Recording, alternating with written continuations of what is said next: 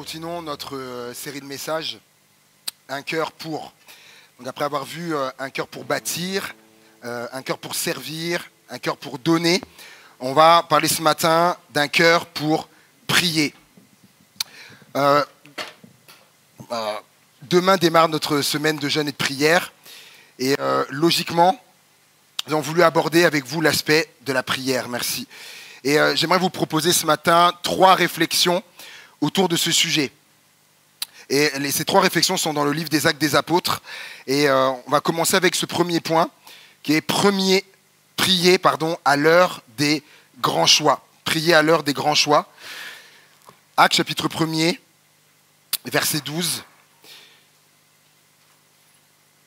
Alors ils retournèrent à Jérusalem, de la montagne appelée des Oliviers, qui est près de Jérusalem, à la distance d'un chemin de sabbat.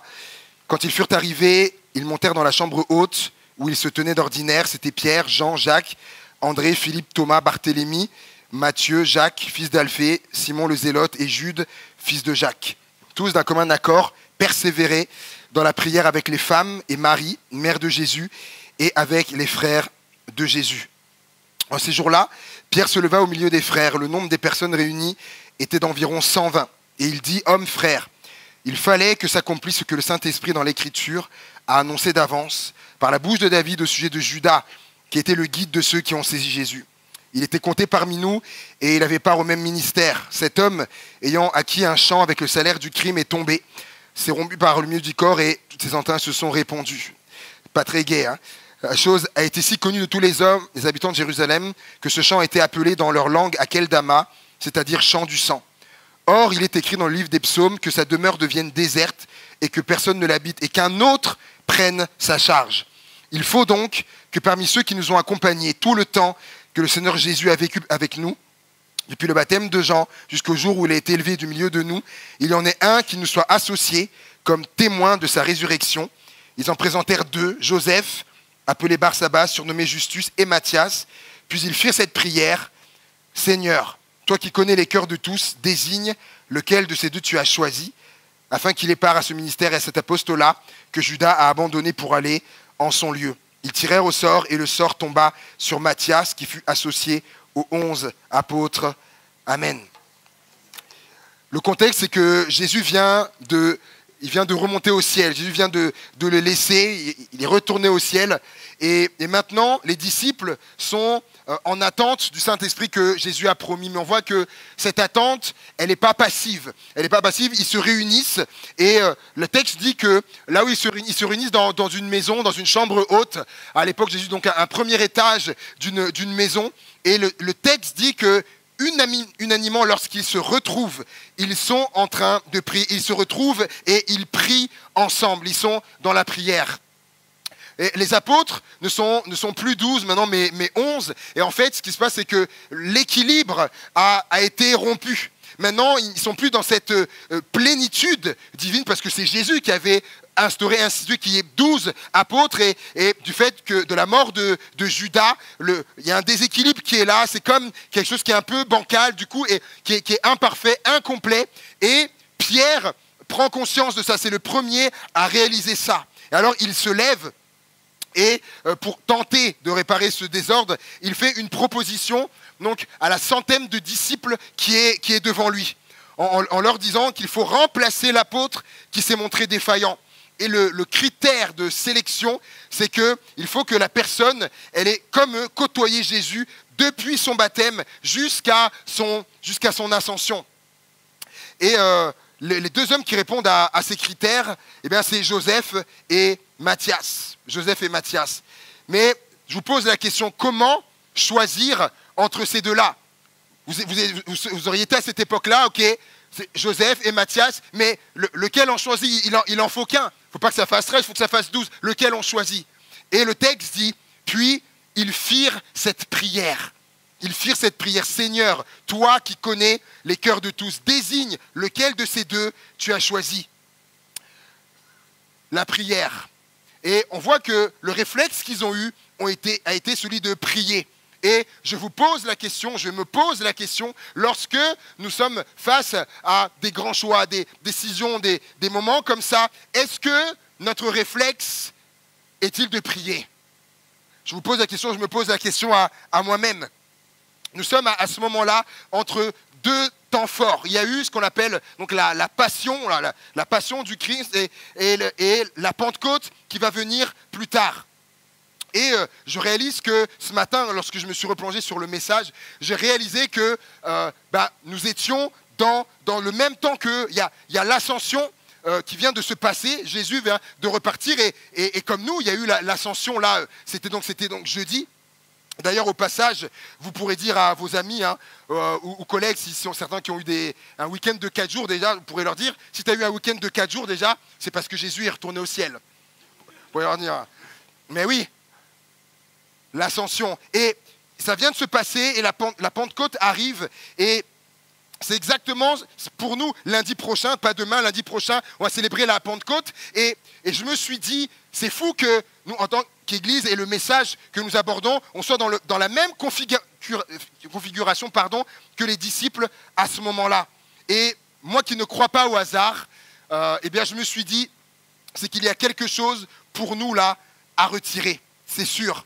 Et je sentais comme que beaucoup étaient dans des moments de choix en ce moment. Que très certainement, plusieurs sont dans des moments de choix, soit des moments de choix de vie, de choix d'études, ça s'est terminé, mais l'année prochaine, comment ça va être? Il y a différents choix à faire, ou de choix professionnels, différentes choses.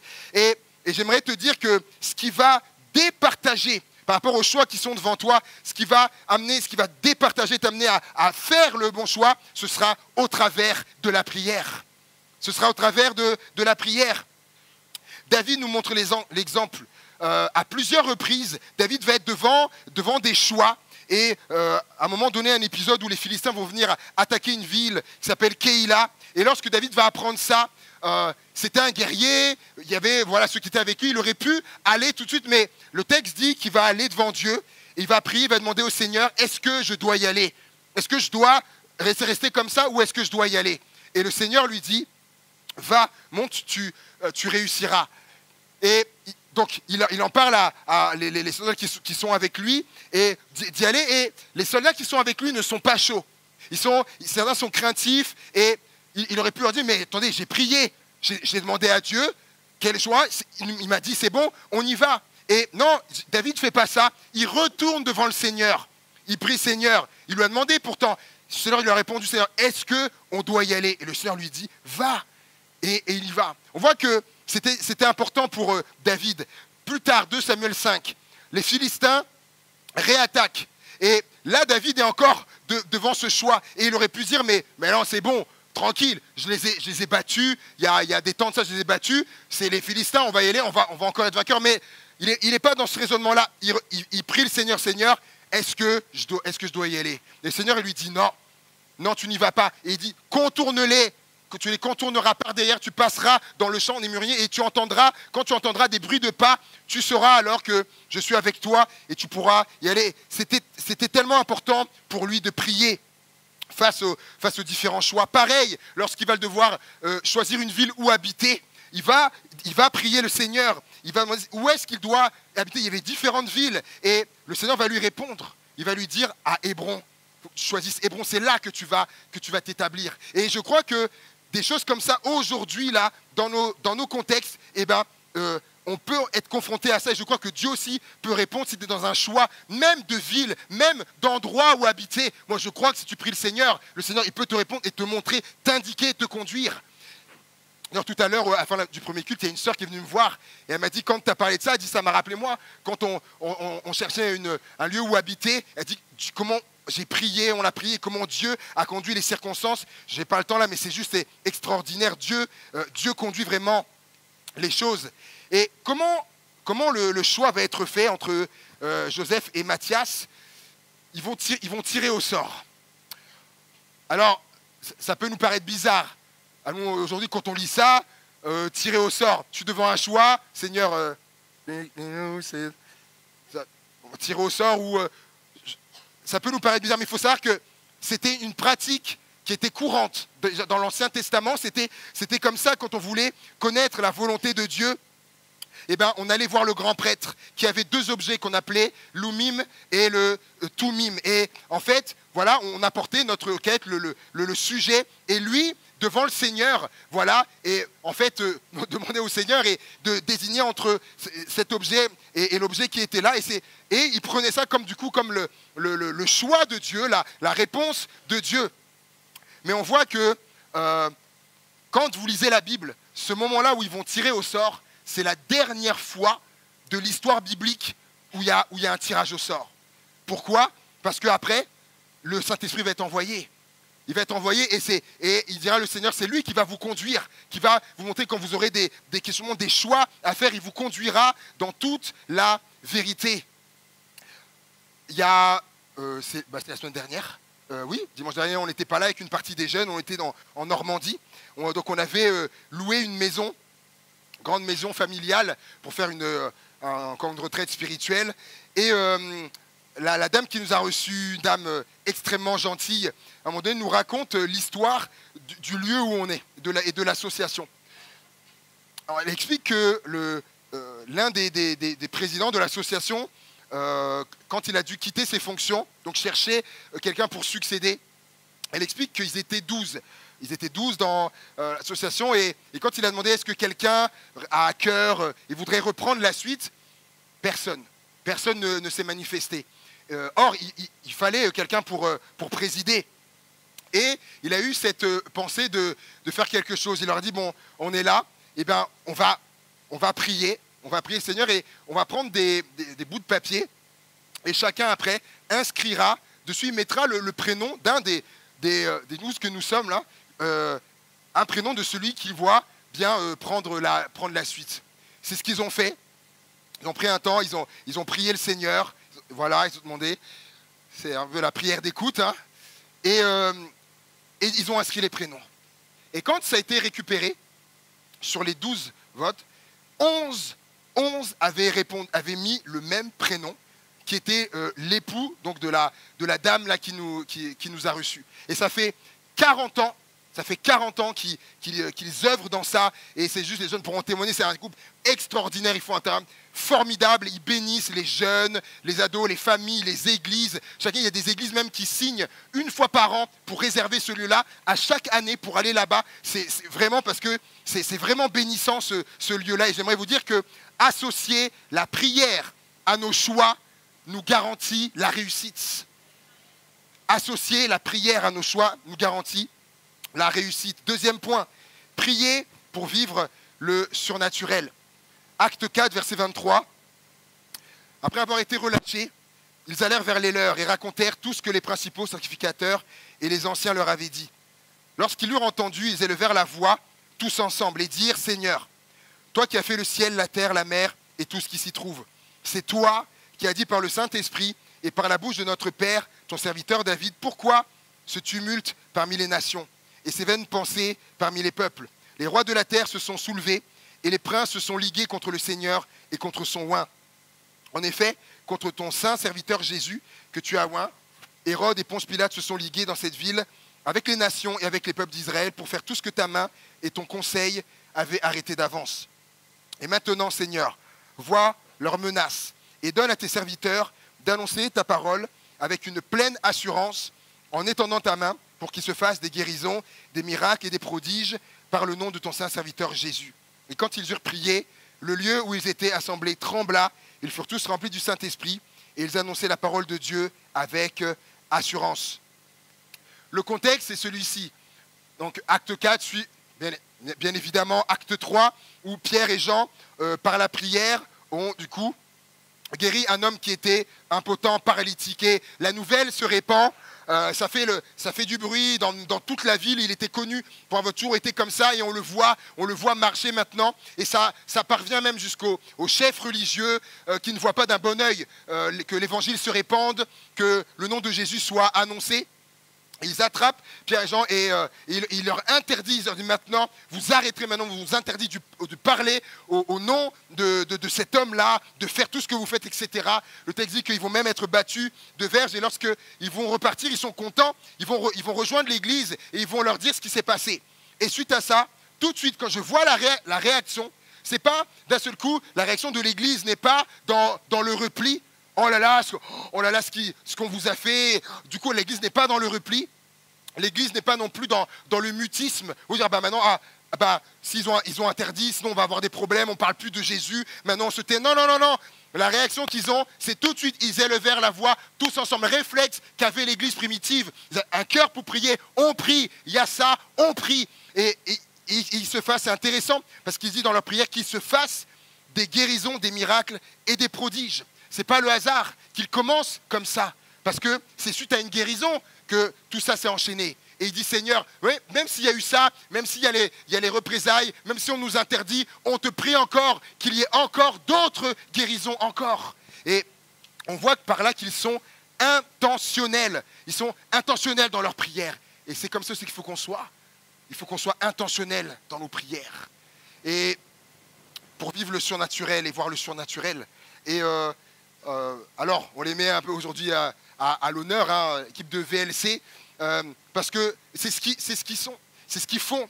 Dans leur prière, ils sont intentionnels. Pour ceux qui ne connaissent pas, pour le faire rapidement, quand ils ne viennent pas juste comme ça. Il y a tout des semaines et même des mois de préparation et de prière par eux et par d'autres gens qui prient pour les gens qui vont faire la formation. Tous ceux qui ont fait la formation, là, il y a des gens qui ont prié pour eux. Des gens qui ne connaissent même pas. Ils avaient le prénom de ma femme, ils avaient le prénom d'Amandine, ils avaient le prénom de tous ceux qui ont participé. Et des gens priaient. Et vous irez demander à ceux qui ont fait la formation, vous irez voir, et les paroles qu'ils ont reçues, la précision, mes amis, pour des gens qui ne les connaissent pas. Mais ça, c'est la prière. Quand on est intentionnel dans la prière, il se passe des choses comme ça. Et est-ce que vous avez remarqué ça? Quand ils eurent prié, le lieu où ils étaient assemblés trembla. Ils furent tous remplis du Saint-Esprit et ils annonçaient la parole de Dieu avec assurance. Si on est logique, il est écrit, ils furent tous remplis du Saint-Esprit. De qui les questions? De qui? Des disciples de l'Église qui est là. Et ensuite, il est dit, et ils annonçaient la parole de Dieu avec assurance. De qui les questions? Des disciples. Mais vous avez remarqué, leur prière, c'était quoi? Ils priaient pour les apôtres. Seigneur, donne de l'assurance aux apôtres, à tes serviteurs qui annoncent la parole avec assurance. Ok, mais Dieu, il répond et il donne de l'assurance à tout le monde. À tout le monde. Et ça me fait dire que Dieu aime faire au-delà de nos prières. Au-delà. Et c'est biblique. Éphésiens 3,20. À celui qui peut faire, par la puissance qui agit en nous, infiniment, au-delà de ce que nous demandons, pensons, imaginons. C'est ça. Troisième point. Le dernier, prier et ne pas être étonné. Acte 4, verset 12. Vers le même temps, le roi Hérode se mit à maltraiter quelques membres de l'Église. Et il fit mourir par l'épée Jacques, frère de Jean. Voyant que cela était agréable aux Juifs, il fit encore arrêter Pierre, donc pour lui faire la même chose. C'était pendant les jours des pains sans levain. Après l'avoir saisi et jeté en prison, il le mit sous la garde de 4 escouades de 4 soldats chacune, avec l'intention de le faire comparaître devant le peuple après la Pâque. Pierre donc était gardé dans la prison et l'Église ne cessait d'adresser pour lui des prières à Dieu. L'Église, elle n'arrêtait pas de prier. La nuit qui précéda le jour où Hérode allait le faire comparaître, Pierre, lié de 2 chaînes, dormait entre 2 soldats. Tous les éléments qui vont suivre sont importants. Il dormait entre 2 soldats et des sentinelles devant la porte gardaient la prison. Et voici, un ange du Seigneur survint et une lumière brilla dans la prison. L'ange réveilla Pierre en le frappant au côté et en disant « Lève-toi promptement ». Les chaînes tombèrent de ses mains. Et l'ange lui dit « Mets ta ceinture et tes sandales ». Et il fit ainsi. L'ange lui dit encore « Enveloppe-toi de ton manteau et suis-moi ». Pierre sortit et le suivit, ne sachant pas que ce qui se faisait par l'ange fut réel et s'imaginant avoir une vision. Lorsqu'ils eurent passé la première garde, puis la seconde, ils arrivèrent à la porte de fer qui mène à la ville et qui s'ouvrit d'elle-même devant eux. Ils sortirent et s'avancèrent dans une rue. Aussitôt l'ange quitta Pierre. Revenu à lui-même, Pierre dit « Je vois maintenant d'une manière certaine que le Seigneur a envoyé son ange et qu'il m'a délivré de la main d'Hérode, de tout ce que le peuple juif attendait. » Après avoir réfléchi, il se dirigea vers la maison de Marie, mère de Jean, surnommée Marc, où beaucoup de personnes étaient réunies et priaient. Il frappa à la porte du vestibule et une servante nommée Rhoda s'approcha pour écouter. elle reconnut la voix de Pierre et dans sa joie, au lieu d'ouvrir, elle courut annoncer que Pierre était devant la porte et lui dirent « Tu es folle ». Mais elle affirma que la chose était ainsi et ils dirent « C'est son ange ». Cependant, Pierre continuait à frapper. Ils ouvrirent et ils furent étonnés de le voir. Rapidement, je replace ce qui se passe. Pierre est en prison et Hérode a l'intention, donc c'est sûr, de le décapiter. Et il met 4 escouades de 4 soldats, chacune pour le garder. Mais déjà, ça, on faisait ça peut-être pour les grands bandits ou pour les gens comme ça, mais et encore. Mais Pierre, il annonçait juste la parole. 16 soldats pour le garder. 2 qui le collent, et le texte dit que Pierre dormait entre 2. Et ensuite, d'autres escouades avec des portes, etc., différentes avec des soldats. Ils étaient déterminés à en finir avec lui, mais c'était sans compter.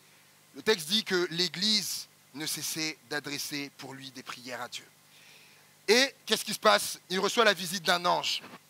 Et là, ce n'est pas tous les jours, sur la visite d'un ange. Et là, plusieurs détails. Le texte dit, une lumière, quand il arriva, une lumière brilla dans la prière. Ensuite, l'ange arrive et il réveille Pierre, et le texte dit, en le frappant en côté. Bon, vraiment, Dieu n'a pas envoyé le plus doux des anges, en le frappant au côté, il le réveille. Réveille-toi, lève-toi. Et Pierre se lève. Et je vous rappelle qu'il dormait entre 2 soldats. Donc, il le frappe et il se lève. Donc, il quitte ça. Je suis désolé, mais ils étaient à côté. Même si tu dors, ils se lèvent, tu sens des choses, mais certainement que déjà, ils avaient interdiction de dormir. Et le texte dit ensuite que les chaînes tombent. Quand ils se lèvent, ces chaînes tombent. C'est pas du fil, c'est des chaînes, et c'était des grosses chaînes. Les chaînes tombent, ça fait du bruit. Les chaînes tombent. Et ensuite, il passe, première escouade de soldats. Il passe la deuxième escouade des soldats qui sont là pour le garder. Pierre, il passe devant. Troisième escouade de soldats. Pierre, il passe devant. Là, mes amis, là, vous dites, mais là, il y a un truc, là. Il y a un truc. Soit ils dormaient, mais comme je vous le disais, ils avaient interdiction, les soldats romains. Sinon, s'ils dormaient, d'emblée, ils savaient, ils étaient tués. Et donc, soit c'est ça, ou Pierre est rendu invisible. Et il arrive là devant la porte. Le texte dit porte de fer. C'est impossible de passer. Et il arrive là, la porte s'ouvre devant lui. Et quand je vois ça, j'aime à dire que ce n'est pas Leclerc, Auchan, etc. qui ont inventé les portes automatiques, c'est Dieu. Là, il arrive, les portes s'ouvrent toutes seules. Eh oui. C'est Dieu le pionnier en tout. Et tout ce qui vient de vivre là, tout ça là, c'est l'effet de la prière. De l'autre côté là-bas, il y avait l'église, les gens qui priaient pour lui. Le texte le dit bien. Et j'aimerais dire ceci, quand l'église prie, le miraculeux prend place. Et Pierre réfléchit, et il comprend ce qui se passe. Et premier réflexe, il va vers les saints, il va vers les chrétiens, les croyants qui sont en train de prier. Quand il arrive, ils sont en train de prier, il frappe. Rod arrive. Certainement, il lui dit, c'est Pierre. Oh, elle, dans la joie, elle ouvre même pas, elle est tellement heureuse, elle va voir les autres. Oh, c'est Pierre qui est à la porte. Oh, mais arrête, t'es folle. Mais pourtant, vous étiez en train de prier pour ça, là. Ah. Et ça peut-être, ça nous ramène à nous, ça. On prie pour quelque chose, Dieu y fait, soit on dit, on est un peu perplexe. Mais t'as prié pour ça ou quoi? Mais non, mais t'es folle. Et quand ils vont venir, le texte dit, ils l'ouvrirent et ils furent étonnés de le voir. Alors qu'avant, ils étaient en train de prier, Seigneur, délivre-le, fais quelque chose. Il est là et ils étaient étonnés de le voir. Genèse dit, qu'y a-t-il d'étonnant venant de l'Éternel? Qu'y a-t-il d'étonnant? Et ne nous étonnons pas, ne soyons pas étonnés quand Dieu répond à nos prières. Ne soyons pas étonnés. Et je conclus avec ce texte dans l'épître de Jacques, chapitre 5, verset 13. J'aimerais inviter Benoît, s'il est dans les environs. J'aimerais terminer avec ce texte-là, Jacques 5, verset 13. Quelqu'un parmi vous est-il dans la souffrance qu'il prie? Quelqu'un est-il dans la joie qui chante des cantiques? Quelqu'un parmi vous est-il malade qu'il appelle les anciens de l'Église et que les anciens prient pour lui, en lui appliquant de l'huile au nom du Seigneur? La prière de la foi sauvera le malade et le Seigneur le relèvera. S'il a commis des péchés, le pardon lui sera accordé. Confessez vos fautes, vos péchés les uns aux autres et priez les uns pour les autres afin d'être guéris. La prière du juste a une grande efficacité. Élie était un homme de la même nature que nous et il priait avec insistance pour qu'il ne pleuve pas et il n'est pas tombé de pluie sur la terre pendant 3 ans et demi, 3 ans et 6 mois. Puis, il pria de nouveau et le ciel donna de la pluie et la terre produisit son fruit. Amen. J'aimerais qu'on se lève ensemble. Ce texte-là, Jacques, il parle d'un cœur pour prier. Et il énonce toutes sortes de situations. Quelqu'un est-il dans la souffrance? Qu'il prie. Si quelqu'un est malade, passe par des difficultés, qu'il appelle les anciens qui demandent du soutien et que les autres prient pour lui, encore la prière. Et il parle encore, priez les uns pour les autres. Et il dit, la prière du juste a une grande efficacité. Et moi, je vois cette salle, et je vois cette salle qui est remplie de justes. Alors dans cette salle-là, je vois qu'il y a une efficacité de fou, les amis. De fou. La prière du juste a une grande efficacité. J'aimerais qu'on puisse justement prier. Il y a différentes situations et notamment, on va entrer dans cette semaine de jeûne et de prière. On va prier pour différentes situations comme ça. Et moi, je m'attends à voir la gloire de Dieu, à voir des choses extraordinaires, à voir des miracles, alléluia, de la part du Seigneur. Amen. Et j'aimerais que, comme l'église, les 3 textes qu'on a lus, où l'église était ensemble, les réflexes qu'ils avaient, ils avaient un cœur pour prier. Et ils priaient, parce qu'ils savaient que c'est au travers de ça que Dieu agit. Amen. Est-ce qu'ensemble, sans forcément s'attendre, qu'on puisse prier, qu'on élève nos voix vers le Seigneur. Alléluia, alléluia, Jésus. Peut-être comme Jacques a dit, peut-être tu es dans la souffrance, prie, et on va aussi prier. Peut-être il y a des choses par lesquelles tu passes, et la maladie, alors demande le soutien, on prie. Alléluia. Pour une autre situation, tu es devant un choix, là, et prie, on prie. Alléluia, Seigneur Jésus. Moi, je crois, je suis convaincu que cette semaine-là, il y a des gens qui vont recevoir des réponses. Dans cette semaine-là, il y a des gens qui vont être éclairés. Ils vont savoir quoi faire. Ils vont savoir où aller, quoi entreprendre, quoi dire. J'en suis convaincu, Seigneur Jésus. Seigneur, je te prie déjà pour les bien-aimés qui sont devant moi, et aussi pour les temps qu'on va vivre ensemble cette semaine, Jésus. Je prie déjà que tu viennes déjà préparer. Je sais que tu es Seigneur, de préparer les choses, Seigneur Jésus.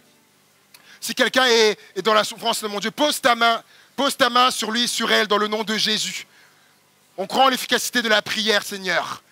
Viens et guéris, mon Dieu. Guéris la souffrance. Seigneur, guéris la maladie, Seigneur. Si quelqu'un de la maladie, Seigneur, pose ta main et guéris, Jésus. Guéris, Seigneur. Viens répondre. Ceux qui ont besoin de réponses, éternel Dieu. Viens montrer ceux qui sont devant des choix, Seigneur.